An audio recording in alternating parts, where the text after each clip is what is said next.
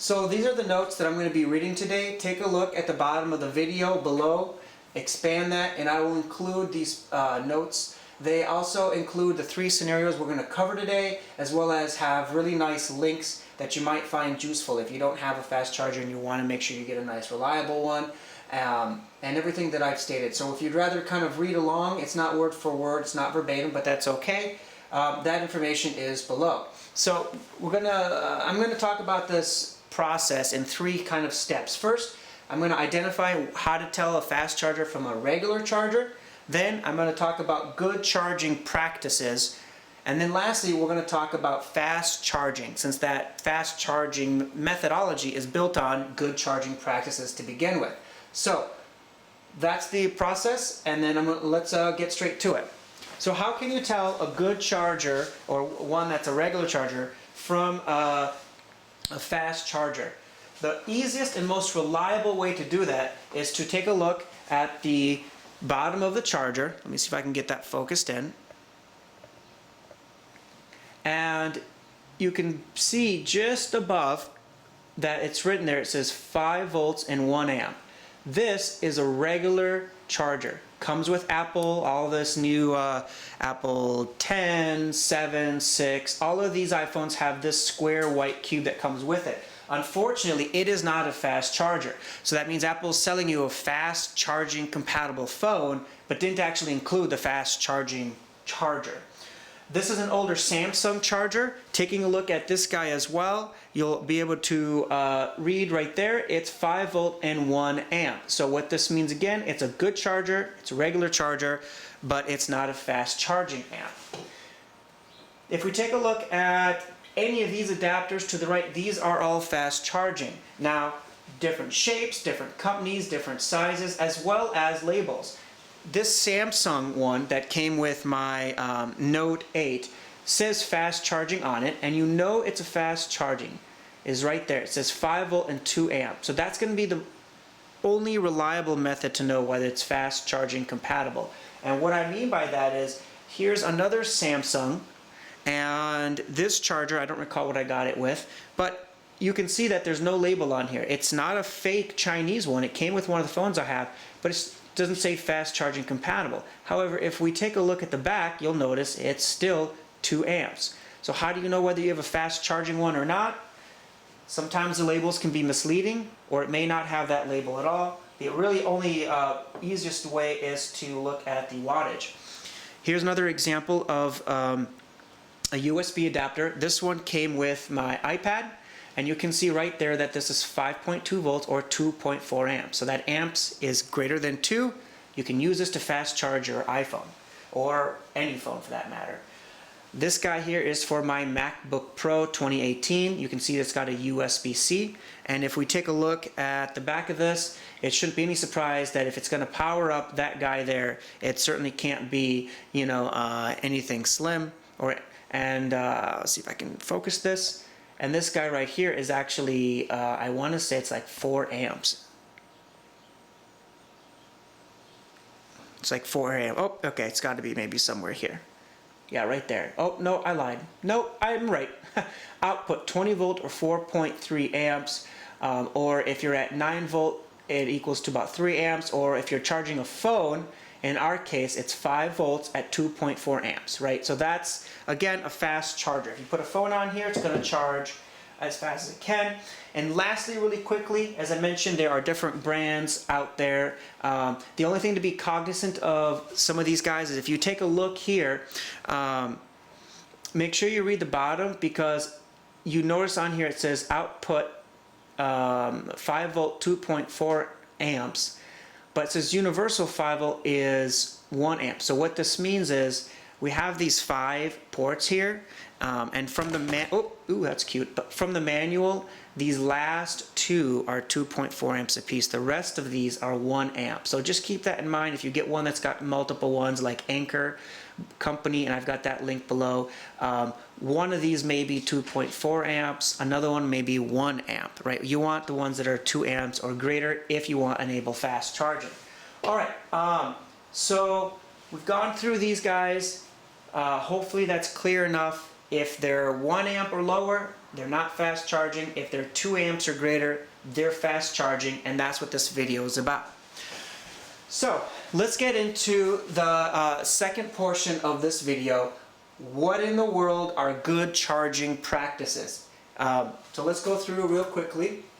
Number one, you need to make sure that you're using a correct charger. What that means is one supplied by the manufacturer, whether that's Apple, whether that's Samsung, Verizon, I guess, included theirs, that's fine. It's a good, reliable brand. Just make sure that if you're using chargers, that you check the reviews, the most important. If you don't use an OEM one, the one that was provided by whoever made your phone, then the next thing to do is go ahead and check the reviews. In this case, I checked the reviews on Amazon. It had like 500 reviews, and they were all very positive. People have been using that charger for a long time.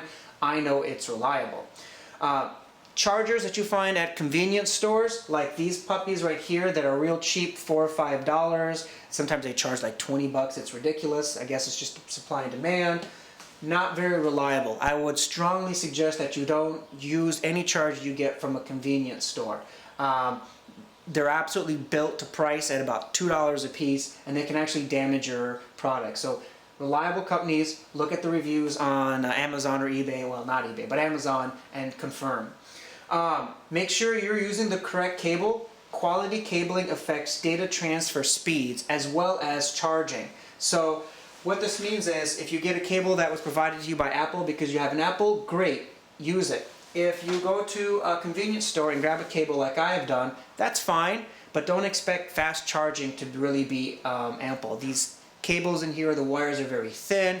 Again, they're built to price. They're not built to the same standard that Samsung would if they would have made this cable and it was, USB. So keep that in mind. The other thing to consider is you see on malls a lot of the time they love to sell these 15-foot or 4.5 meter cables. If you need to get your phone charged and you have an option between a 15-foot long cable and a 1 meter cable, absolutely choose the 1 meter. Your data transfer speeds will be much better, but in addition to that, the longer the cable, the less power you're going to get. So just keep that in mind.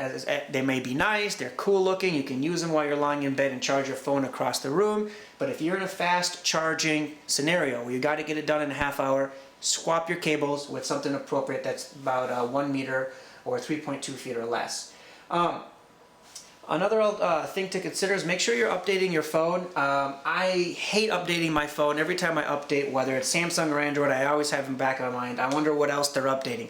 But the truth is, typically they're having updates that maybe might utilize the processor better. It might have a better alternative for these phones where they may actually save on power, or they might have a more efficient method of charging. So make sure that you're updating these phones as much as possible. They may actually impact it. Low power saving mode was introduced on iPhones, I believe, as an update for some phones. In that case, we're going to be using that. And 5, the number one thing to really watch, make sure you keep this away from heat.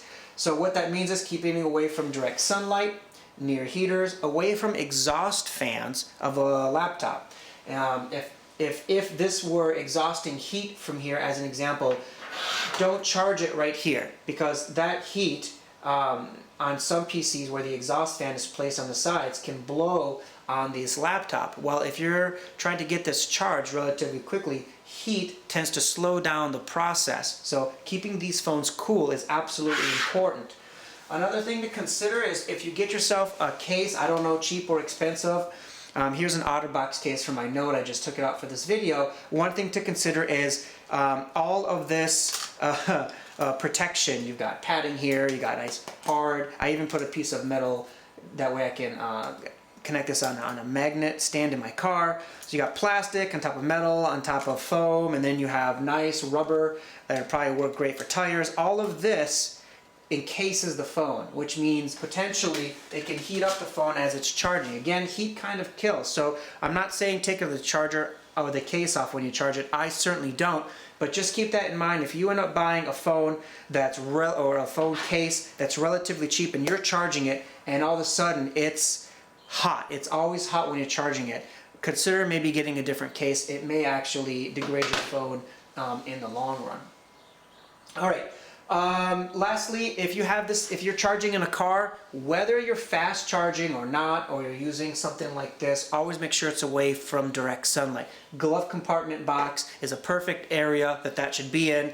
Under the seat if you have to get going. Just assure that you don't have direct sunlight anywhere around this phone while it's charging. Okay, so now we're at the tail end of this video and the reason why we all came here. Fast charging, and rather than giving 15 points of what to look out for, I've broken it down to 3 basic scenarios. Your first scenario is you can charge your phone overnight, you've got plenty of time, you have greater than 3 hours, not a big deal. Scenario 2 that I think a lot of us find ourselves in is you have greater than 1 hour to charge your phone, but definitely less than 2 hours. And finally, we have scenario 3, which is I need to get this done ASAP. I need more power now. I got to get this thing charged as much as absolutely possible. So we're going to talk about those 3 scenarios in turn. So the first scenario, you have greater than 3 hours to charge. You're not in a rush. That's perfect. Go ahead and use a standard charger that came with it. You don't need a fast charger at all for scenario 3. You have time on your hand.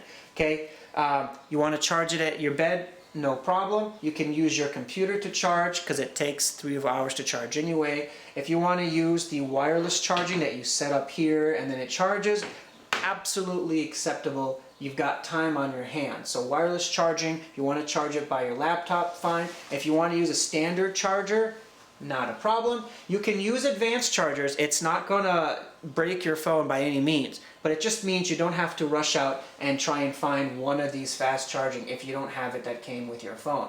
So perfect. And I should mention, by the way, if you charge with a regular charger, a cell phone, it can be anywhere between 2.5 to 3.5 hours. If you use a more advanced charger that's 2 amps or more, you can usually shave off 45 minutes to an hour. So these advanced chargers will usually take an hour off the charging.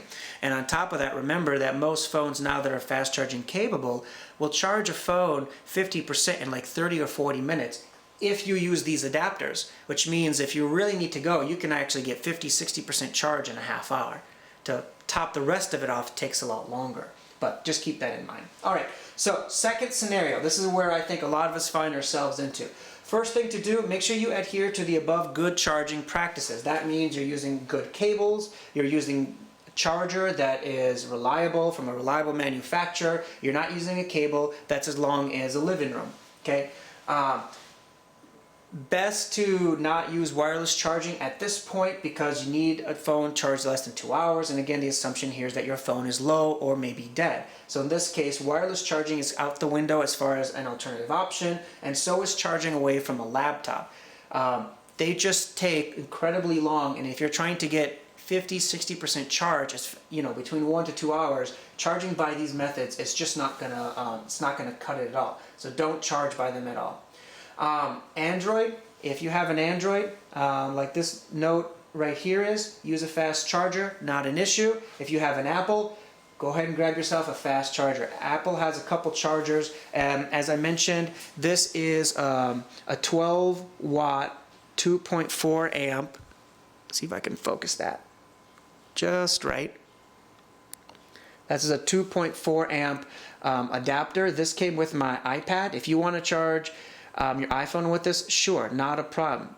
Take in your lightning connector from here to your iPhone and you are set. You're good to go. If you don't have one of these, Apple sells these for like 25 bucks.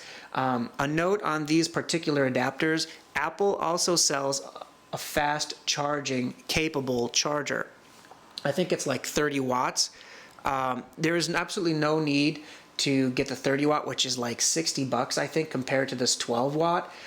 Double the wattage doesn't mean that it's going to charge your phone double fast. In fact, the difference between the 12 watt and the 30 watt that Apple sells in terms of charging a phone, people have done tests on this, we're talking about 10 minutes. That's the only difference from fully charged to fully empty. So my recommendation is if you don't want to spend a lot of money but you want that fast charging capability, get yourself this particular charger right here and you're going to be set to go.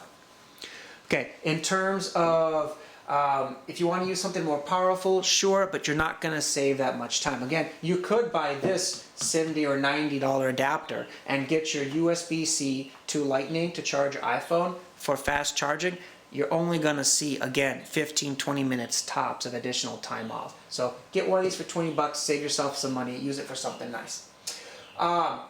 So fast charging capability, we're set. Now, at this moment in time, with the time that you've allotted, greater than 1 hour, less than 2 hours, the recommendation is that you put your phone in airplane mode. So grabbing your phone and say, okay, I'm going to put it in airplane mode.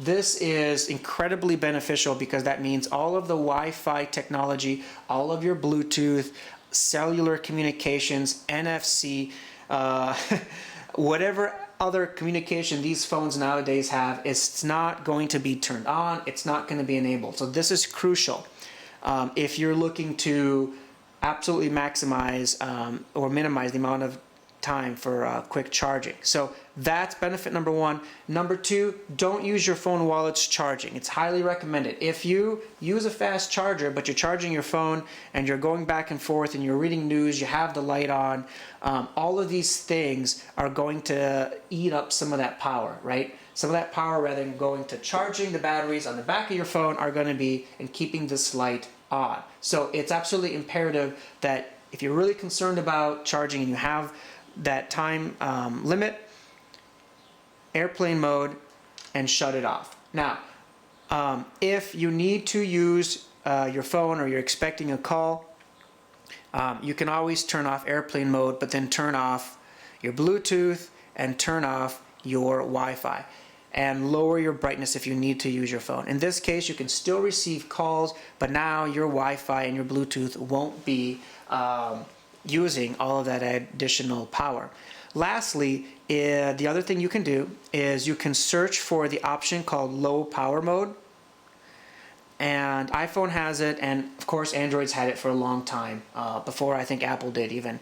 And you can tell this guy to go into low power mode. And what this means is that mail fetch, in other words, getting mail back and forth automatically, background apps, if you have something updating and maybe sending you messages like the New York Times, downloads that are currently in process, are all reduced. So if you hit continue, what this now means is that now you can accept calls no problem, but anything that operates in the background has now been, for all intents and purposes, disabled, or it doesn't check it out for a long time. So this is a really great alternative to, I've got to keep my phone on, but I got it charged fast. This is the right way to do it. Now you're in low power mode, shut the phone off and continue to charge it, and you're set there. That's the best way to make sure and attain as fast as you can that charging. So lastly, we're on our scenario 3, and you might be thinking, okay, well, I've got a fast charger, I've put my phone in low power mode, plus I've disabled the brightness, I'm not using it at all, it's away from the heat source, I've got quality cables, what the hell can I do? Not much. There's not much you actually can do to really make this any faster, except for one thing: turn the phone off. That's really the only other option for charging these and able to use these. So what this means is you get your phone, right? You plug in your cable, plug this baby into the fast charger compatible device, plug it in the wall first, and once it starts charging, because iPhones turn themselves on when you plug them in if they're off, take this baby right here, hold the power and shut it off. This is the only way to charge this any faster. Doesn't matter at this point what you can do to it, this is the only method. Because even if the phone is on an airplane mode and low power mode and you've done everything, the phone is still on. There's still computational process going behind the scenes, right? It's still, waiting for you to press this button to unlock it. So there's still cycles happening from a processor standpoint. Shutting the phone off and keeping this charged is the fastest method for charging iPhone or Android. It doesn't matter. So in that situation, right, scenario 3 is you've got less than 45 minutes. Maybe you have a hot date. Maybe you plan on taking a lot of pictures at an event, a concert, Molly Cyrus, whoever you have. The most important aspect is keeping that phone off. If you must have that on in order to receive a call, then you basically copy scenario 2 and don't use the phone while it's charging. It's really the only method. So I hope this has been informative. If you have other tips, feel free to leave comments below. And I will place my notes below along with the links. One other thing to just kind of keep in mind is the same method of phones and fast charging is applicable to iPads. It's exactly the exact same as these guys right here. If you want a fast charger, you can use this guy. This is what came with this, or you can use this guy here. This is what came with my MacBook. In this case for here, this is sufficient for a fast charge, but keeping this off is the fastest way to charge it. The next most fastest charge is to, of course, put it on airplane mode, turning the brightness down, and not using it while you're charging it is a big improvement to fast charging. So keep your comments below. Let me know if you have any other questions, and thank you so much.